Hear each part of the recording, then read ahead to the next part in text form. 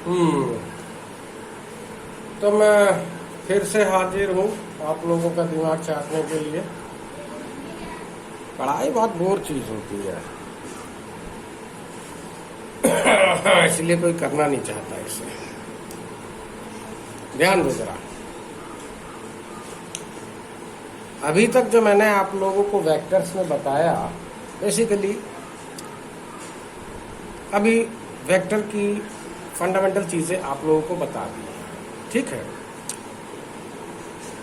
जैसे वेक्टर लिखने के दो तरीके आमतौर पे यूज किए जाते हैं, आमतौर पे नहीं, सिर्फ दो ही तरीके, वो चाहे आमतौर पे हो चाहे खास तौर पे हो, ठीक है। दो ही तरीके हैं किसी वेक्टर को रिप्रेजेंट करने के लिए। पहला तो होता है स्प्लिटेड फॉर्म,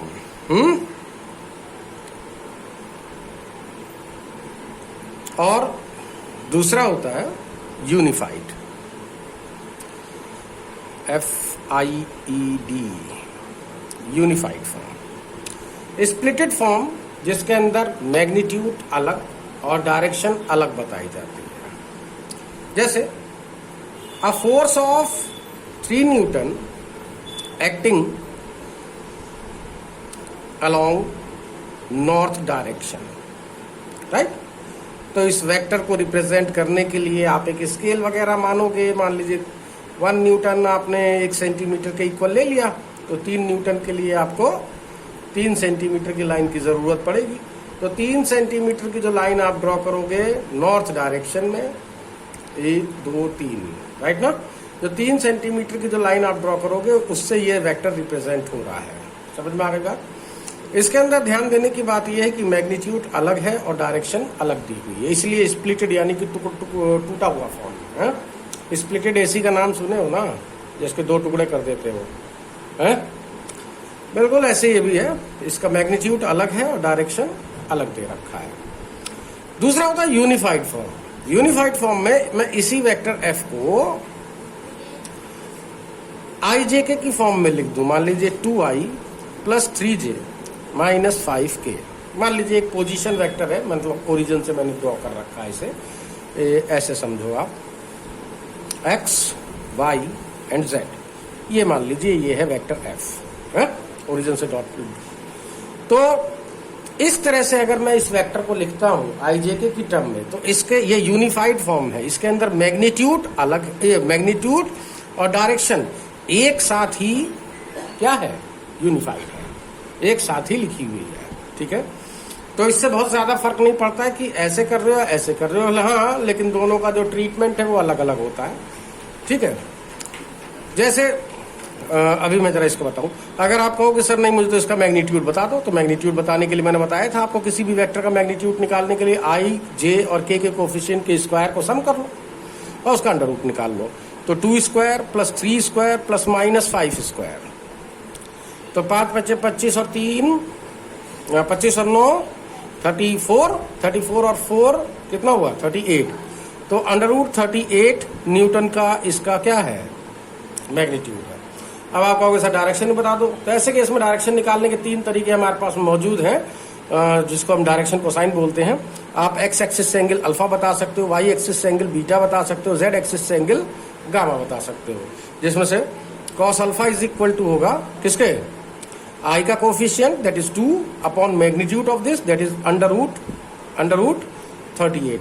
अब इस अल्फा की वैल्यू आप साइंटिफिक कैलकुलेटर से आप निकाल लीजिए, पता लग जाएगा आपको ये कितने डिग्री का एंगल पर एक्ट कर रहा है एक्स एक्सिस से।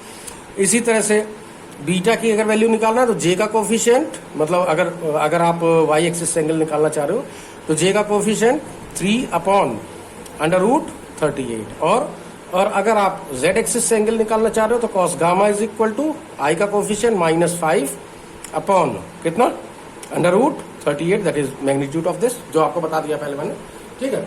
तो ये 2 तरीके होते हैं किसी भी वेक्टर को लिखने के लिए। आपके पास क्वेश्चन इस फॉर्म में भी आता है और इस फॉर्म में भी आता है, दोनों तरीके से आता है क्वेश्चन, ठीक है। हाँ, इसके अंदर addition is more complicated than this. जैसे अगर मान लीजिए मेरे पास एक फोर्स है 5 न्यूटन और एक फोर्स है मेरे पास मान लीजिए 3 न्यूटन, और ये एक दूसरे से मान लीजिए 30 डिग्री के एंगल पे एक्ट कर रहे हैं, तो इन दोनों का जो रिजल्टेंट है जोड़ने के लिए आप ये parallelogram law of vector addition से आप जोड़ोगे तो ये रिजल्टेंट ये वेक्टर F1 ये वेक्टर F2, तो ये vector F1 plus vector F2 ये आएगा ये, राइट। तो इसका जो मैग्नीट्यूड है vector F1 plus vector F2 का जो मैग्नीट्यूड है वो आएगा अंडर रूट कितना F1 square plus F2 square plus twice F1 F2 cos इन दोनों के बीच का जो भी एंगल है 30 डिग्री। इसको सॉल्व करोगे आपको पता लग जाएगा ये रिजल्टेंट कितना है, राइट। डायरेक्शन निकालना है, डायरेक्शन निकालने के लिए आप इस एंगल को निकाल सकते हो। तो tan alpha is equal to बताइए 3 sin 30 अपॉन 4 प्लस 3 cos 30। इससे आप निकाल लोगे कि अल्फा की वैल्यू कितनी है, कितने डिग्री एक्ट कर रहा है। लेकिन अगर सवाल इसके अंदर अगर एडिशन का होता, मान लीजिए मेरे पास वेक्टर F1 है 2i plus 3j plus 5k और वेक्टर F2 है -i minus 3j minus 5k, मान लो ऐसा होता। तो अगर मुझे इस कंडीशन में अगर vector F1 plus vector F2 की वैल्यू फाइंड करनी पड़े तो बहुत ही आसान काम है। इसको सीधे सीधे अलजेब्रिकली जोड़ सकते हो। ये कोई triangle law of vector addition या फिर आप क्या नाम है parallelogram law of vector addition आपको अप्लाई करने की जरूरत नहीं, सीधे सीधे अलजेब्रा की तरह जोड़ लो इसको, खत्म। किस सब चीज पहले से मौजूद है। तो कितना हुआ ये, जोड़ो आई जे कितना हुआ, ये तो कैंसिल हो गया, और के भी कितना हो गया, कैंसिल हो गया। चलो मैं कुछ वैल्यू लिख दूं इसके ढंग से, प्लस 6k लिख देता हूँ। तो 6 और 5 प्लस 11k, ये राइट है, कटा नहीं है ये। तो अब अगर आप कहोगे कि जी मुझे इसका मैग्नीट्यूड बता दो, तो लो मैग्नीट्यूड अंडर रूट आई के कोफिशिएंट का स्क्वायर प्लस जे के कोफिशिएंट का स्क्वायर, जे है नहीं इसके अंदर तो 0 प्लस के दैट इज 11 का स्क्वायर। सॉल्व कर लो इसे, 112 का अंडर रूट, इतने न्यूटन आ जाएगा आंसर सीधे सीधे। और डायरेक्शन अगर निकालने का पोजीशन वेक्टर है, अगर ये पोजीशन वेक्टर है तो आप डायरेक्शन निकालने के लिए 3 तरीके यूज कर सकते हो। आप एक्स एक्सिस से, वाई एक्सिस से, जेड एक्सिस से आप एंगल निकाल सकते हो। अगर ये पोजीशन वेक्टर नहीं है तो उस कंडीशन में एंगल निकालने का दूसरा तरीका है, उसके बारे में हम तभी डिस्कस करेंगे जब अभी प्रोडक्ट बताएंगे। समझ में आ गया ना बात? अब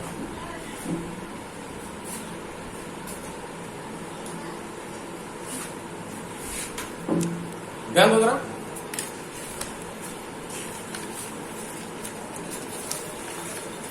अब हम बात करने जा रहे हैं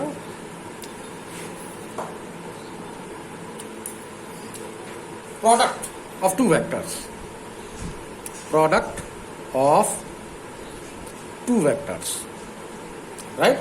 प्रोडक्ट निकालने के लिए हम लोग आमतौर पे 2 ही वेक्टर यूज करते हैं, ठीक है। और ध्यान दीजिए, तो 2 वेक्टर को आप प्रोडक्ट करने के लिए हमारे पास 2 तरीके हैं। पहला है डॉट प्रोडक्ट, राइट, या सिंपली डॉट प्रोडक्ट।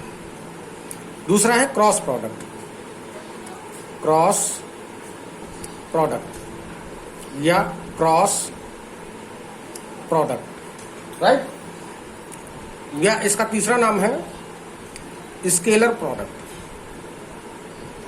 या इसका जो दूसरा नाम है यह है वेक्टर प्रोडक्ट। समझ में आ गई बात? तो 2 तरीके से हम 2 वेक्टर्स को जो मल्टीप्लाई करते हैं वो 2 तरीके से करते हैं। यहां पर एक चीज छूटी हुई है, सब्ट्रैक्शन ऑफ 2 वेक्टर। जैसे एडिशन ऑफ 2 वेक्टर को बता दिया है, सब्ट्रैक्शन ऑफ 2 वेक्टर्स भी होता है, ठीक है। उसको भी अभी हम डिस्कस करेंगे। अब चूंकि अब यही पहले मेरे को दिमाग में आ गया तो मैं पहले भी यही पढ़ा दे रहा हूं। तो सबसे पहला है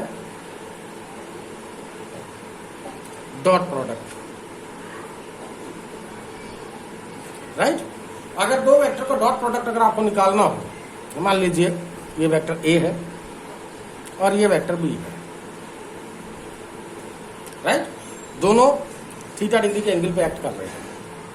तो dot product is defined as a dot b is equal to होगा magnitude of vector a into magnitude of vector b into cos angle between them. और ध्यान रखिएगा, जब भी 2 वेक्टर्स का आप डॉट प्रोडक्ट लेते हो तो ये जो क्वांटिटी बन के आती है ये हमेशा एक स्केलर क्वांटिटी होती है। कैसी क्वांटिटी होती है? Scalar quantity. ठीक है, तो स्केलर क्वांटिटी होने की वजह से आंसर, जो फाइनल आंसर आपका आ रहा है वो क्या आ रहा है? वो स्केलर क्वांटिटी आ रही है, इसलिए हम इसको स्केलर प्रोडक्ट भी बोलते हैं। क्या बोलते हैं? अब एग्जाम्पल देखिए, फोर्स और डिस्प्लेसमेंट का जो डॉट प्रोडक्ट होता है ये आता है वर्क, जिसको, जो कि एक स्केलर क्वांटिटी है। ध्यान दीजिए जरा, राइट। जैसे ये मैंने कोई ऑब्जेक्ट है, इसके ऊपर मैंने, ये जमीन है, ये इसके ऊपर मैंने F फोर्स अप्लाई किया।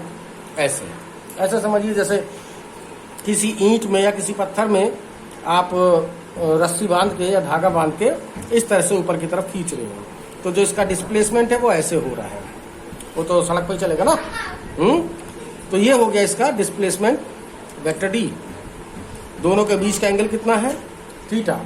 Then work done is defined as the dot product of force and displacement, right. जैसे यहां पे मैं समझा दूं आपको कुछ। जैसे मान लीजिए फोर्स है 3 न्यूटन, डिस्प्लेसमेंट है 3 मीटर, और मान लीजिए दोनों 60 डिग्री के एंगल पे एक्ट कर रहे हैं। तो बताइए वर्क कितना करा? जो भी एक्सटर्नल एजेंट है जो इस ईंट को खींच रहा है उसने कितना वर्क किया है? तो वर्क इज इक्वल टू किसके होगा? फोर्स और डॉट डिस्प्लेसमेंट, राइट। तो जो फोर्स है इसका, जो आपका ये है, जैसे मैंने लिखा था, ये वेक्टर, क्या नाम है, magnitude of A into magnitude of B into cosine of angle between them, right. तो मैग्नीट्यूड ऑफ एफ इंटू, मैं यहाँ पे डॉट नहीं लगा रहा हूं क्योंकि डॉट वेक्टर में एक पॉइंट लगाना है तो इंपॉर्टेंट पॉइंट हो जाता है, एक अलग चीज हो जाती है। ठीक है, तो इसलिए कभी आप उसको इंटू बिंटू मत यूज करना इसके अंदर। Into magnitude of this into cos angle between them. ठीक है,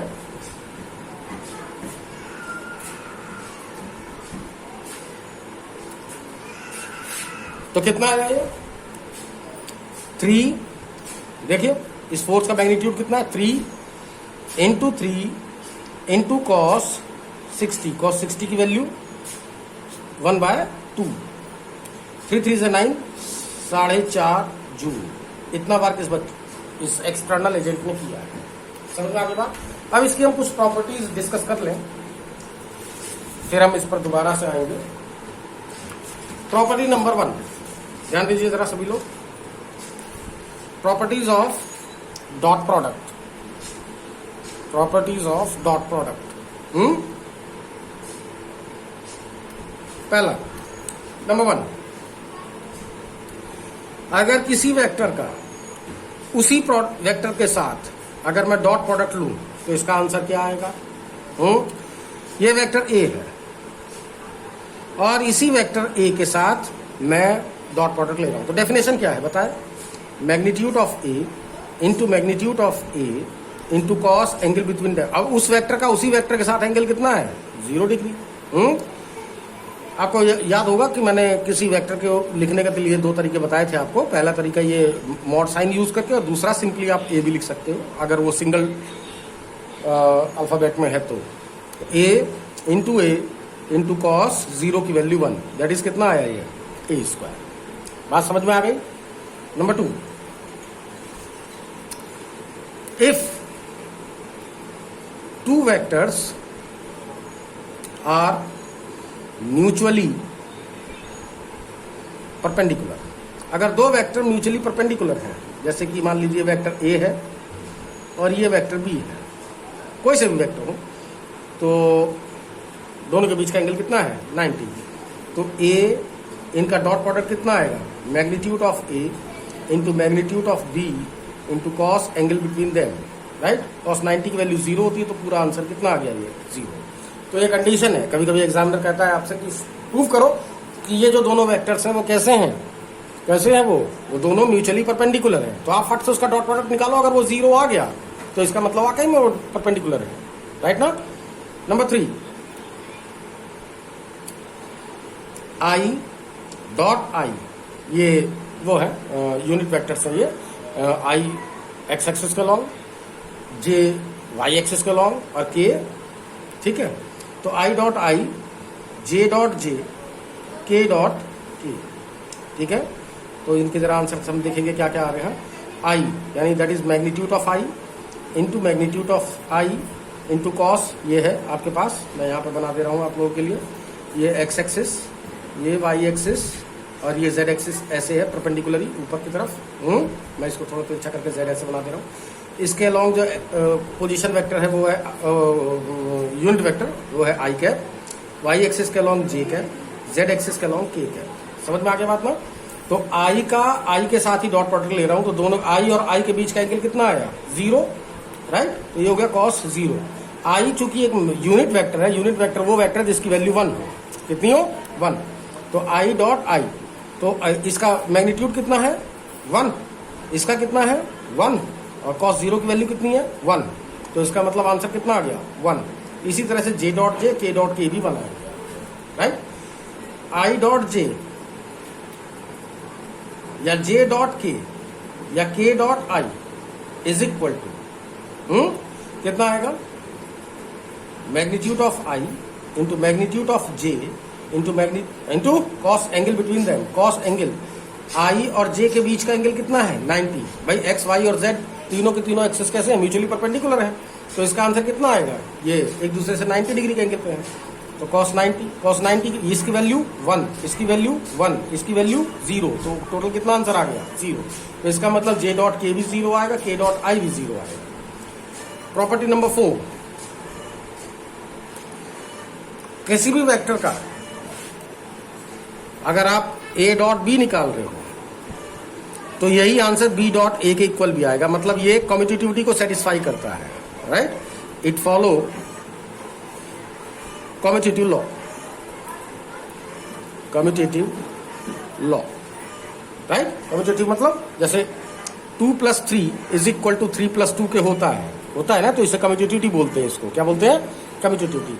हर चीज कम्यूटेटिविटी को फॉलो नहीं करती है, लेकिन फिलहाल डॉट प्रोडक्ट आपका कम्यूटेटिविटी को फॉलो करता है। तो इसका मतलब चाहे आई डॉट जे निकालो चाहे जे डॉट आई निकालो, एक ही बात है। जे डॉट के निकालो चाहे के डॉट जे निकालो, एक ही बात है।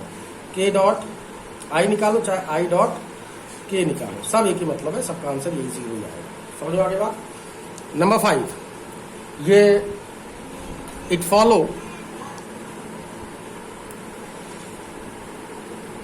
Follows the distributive law, distributive law का मतलब A dot B plus C is equal to आएगा ए डॉट बी प्लस, इसकी ऐसे ऐसे मल्टीप्लाई करो जैसे मल्टीप्लाई करते हो, लेकिन डॉट के साथ होगा। तो A dot B plus A dot C, ठीक है। ये आपकी प्रॉपर्टी हो गई इसकी, बस इससे ज्यादा प्रॉपर्टी की आपको जरूरत नहीं पड़ने वाली है, ठीक। अच्छा, अब मैं इसी एग्जाम्पल को, जो ये अभी हमने यहां पर लिया था, इस वाले एग्जाम्पल को, अब मैं इसी एग्जाम्पल को ऐसे ले रहा हूं कि अगर ये वेक्टर, ये जो वेक्टर है दोनों, वेक्टर एफ और वेक्टर डी, अगर ये ऐसे ना लिखे होते, मान लीजिए वेक्टर एफ लिखा होता 3 न्यूटन की जगह पर लिखा होता, मान लीजिए 3i + 2j + 3k, और मान लीजिए जो मतलब न्यूटन में है ये, मान लीजिए डिस्प्लेसमेंट भी आपका 3 मीटर ना लिखा होता, लिखा होता क्या 5i - 3j + k, मान लीजिए ऐसे लिखा होता, राइट। तो अगर ऐसे लिखा होता ये, और बीच का एंगल उस कंडीशन में ये नहीं देगा, कोई जरूरत नहीं है, क्योंकि दोनों वेक्टर के बीच सब चीज, मतलब इनका जो मैग्नीट्यूड, डायरेक्शन, सब कुछ इसी के अंदर यूनिफाइड है।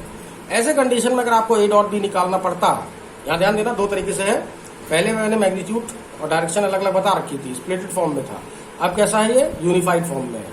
तो अगर आपको अगर वर्क निकालना होता तो वर्क इज इक्वल टू किसके होगा, बोलो 3i + 2j f dot D, that is 3i + 2j + 3k dot 5i - 3j + k, right. अब ध्यान से देखना जरा, जो आई डॉट आई है, यानी कि इसका और इसका जो मल्टीप्लीकेशन है, ये डॉट ये लगाना भूलना मत, ये डॉट है, ये डॉट काम की चीज है, ये नहीं लगाओगे तो कोई इसको डॉट प्रोडक्ट मानेगा भी नहीं कोई। तो आई डॉट आई की वैल्यू क्या है 1, जे डॉट जे की वैल्यू क्या है 1, के डॉट के की वैल्यू क्या है 1, और बाकी आई डॉट जे या जे डॉट के या के डॉट आई, ये सब के सब वैल्यूज कितनी है, सबके सब वैल्यू 0 है। ये प्रॉपर्टी मैंने इसीलिए पहले लिख दी है, ध्यान से देखें। केवल I dot I, J dot J और के डॉट के ही 1 है, बाकी सबकी वैल्यू कितनी है 0।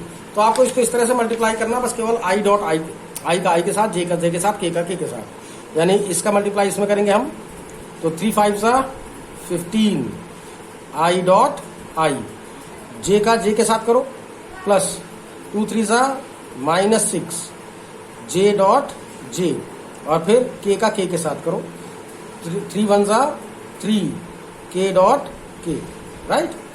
अच्छा, तो ये हो गया 15 इंटू 1, आई डॉट आई की वैल्यू 1, जे डॉट जे की वैल्यू, के डॉट के की वैल्यू 1, -6 इंटू 1 प्लस 3 इंटू 1, तो 15 और 6 21 और 3 24 जूल। तब ये आंसर ऐसे आता है। समझ में आगे बात? तो ध्यान रखना, ये 2 अलग अलग तरीके हैं, कैसा दे रखा है उसने, उसके हिसाब से आप लोग यूज करेंगे कि क्या आपको करना है, ठीक है। अच्छा, अब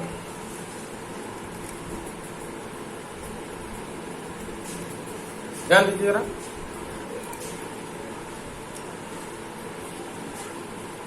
दूसरा है आपका स्केलर प्रोडक्ट, या दूसरा है आपका वेक्टर प्रोडक्ट या क्रॉस प्रोडक्ट। ये थोड़ा सा कॉम्प्लिकेट, टाइम कितना हो गया 21 मिनट हो गया ना, पढ़ाओ कितना भी